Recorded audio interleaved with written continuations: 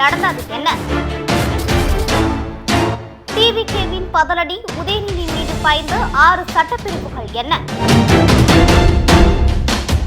உண்மையாவே இது அரசியல் பழிவாங்கலா அல்லது நியாயமான நடவடிக்கையா?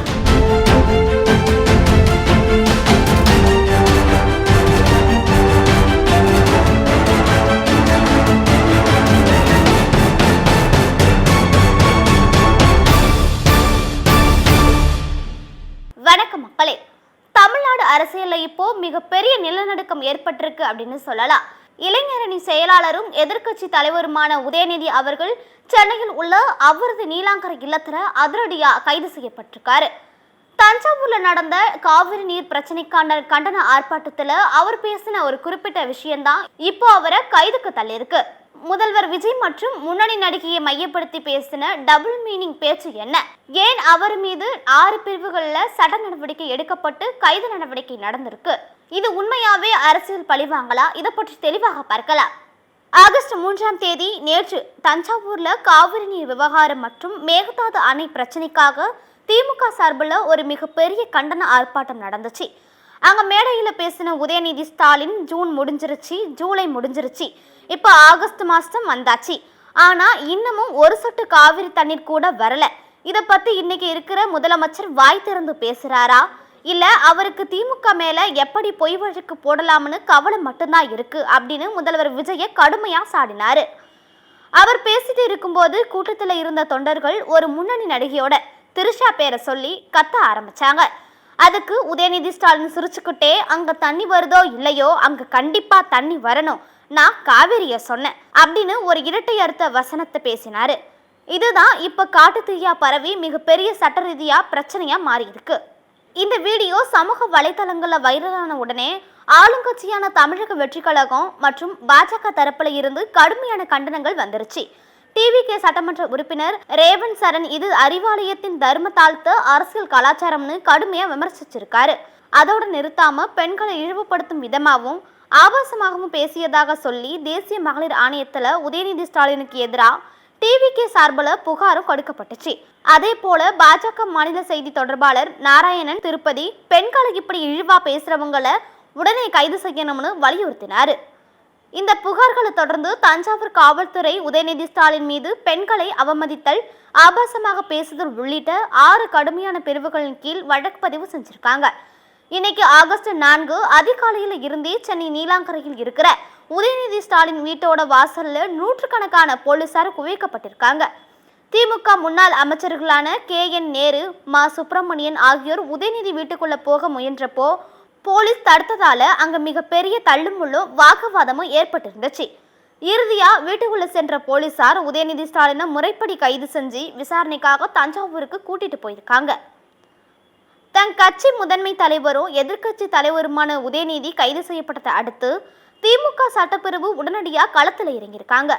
இந்த கைது நடவடிக்கைக்கு எதிராகவும் உதயநிதி ஸ்டாலினுக்கு உடனடி ஜாமீன் வாங்கவும் சென்னை உயர்நீதிமன்ற தலைமை நீதிபதி அமர்வுல அவசரமாக முறையீடு செஞ்சு தீவிர முயற்சிகள் எடுத்துட்டு வராங்க. திமுக தரப்புல என்ன சொல்றாங்கன்னா, காவிரி நீர் பிரச்சனையில தங்களின் தோல்வியை மறைக்கத்தான் முதலமைச்சர் விஜய் தலைமையிலான அரசு இப்படி பழிவாங்கும் நோக்கத்தோட பொய் வழக்கு போட்டு உதயநிதியை கைது பண்ணியிருக்காங்க. இதற்கெல்லாம் திமுக அஞ்சாது அப்படின்னு RS பாரதி போன்ற மூத்த தலைவர்கள் கண்டனம் தெரிவிச்சிருக்காங்க. பொது மேடைகள்ல அரசியல் தலைவர்கள் பேசும்போது கண்ணியத்தை கடைபிடிக்கணும் அப்படின்னு ஒரு தரப்பும், அரசியல் விமர்சனங்களை எதிர்கொள்ள முடியாம ஆளுங்கட்சி அதிகாரத்தை துஷ்பிரயோகம் செய்யணும் இன்னொரு தரப்பு சமூக வலைத்தளங்கள்ல விவாதிச்சுட்டு வராங்க. டிவிகே, DMKன்னு தற்போதைய தமிழ்நாடு அரசியல் களம் இப்போ உச்சக்கட்ட பதற்றத்துல இருக்கு. இதுக்கு பின்னாடி கடந்த சில மாதங்களாக நீடிச்சிட்டு வர ஒரு மிகப்பெரிய அரசியல் பனிப்போர் இருக்கு.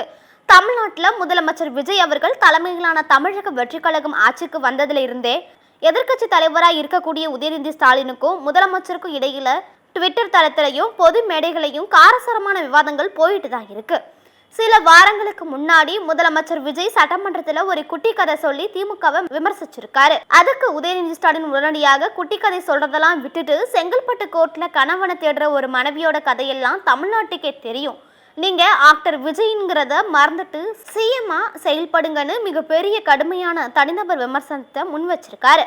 இப்படி இவங்க 2 பேருக்கும் இடையில புகைச்சிட்டு இருந்த நெருப்போ தான் நேத்து தஞ்சாவூர் காவிரி போராட்ட மேடையில இந்த அளவுக்கு வெடிச்சிருக்கு.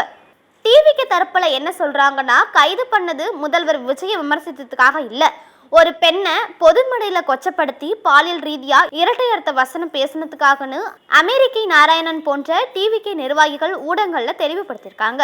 இன்னைக்கு அதிகாலை சென்னை நீலாங்கரை வீட்டில் நடந்த சம்பவம் நிஜமாவே ஒரு சினிமா படம் மாதிரி தான் இருந்துச்சுன்னு சொல்லலாம். விடியற் காலையில 4 மணிக்கெல்லாம் 100க்கும் மேற்பட்ட துப்பாக்கி ஏந்திய போலீசார் உதயநிதி வீட்டை சுத்தி வளைச்சிருக்காங்க. விஷயம் தெரிஞ்சு வந்த திமுக முன்னாள் அமைச்சர்கள் KN நேரு, மா சுப்பிரமணியன் மற்றும் சட்டப்பிரிவு வழக்கறிஞர் அங்கே ஓடி வந்தாங்க.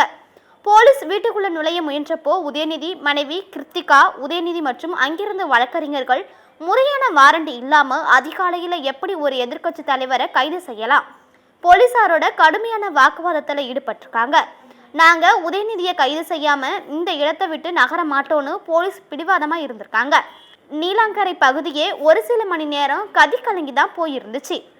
ஆனா திமுக தரப்புல இருந்து இந்த கைதை முழுமையா அரசியல் பழிவாங்கன்னு சொல்றாங்க. அதுக்கு அவங்க சில உதாரணங்களையும் காட்டுறாங்க. விஜய் முதலமைச்சரா பொறுப்பேற்றதுக்கு அப்புறமா திமுகவை சேர்ந்த முக்கிய புள்ளிகள் கைது செய்யப்படுவது இது 3வது முறை.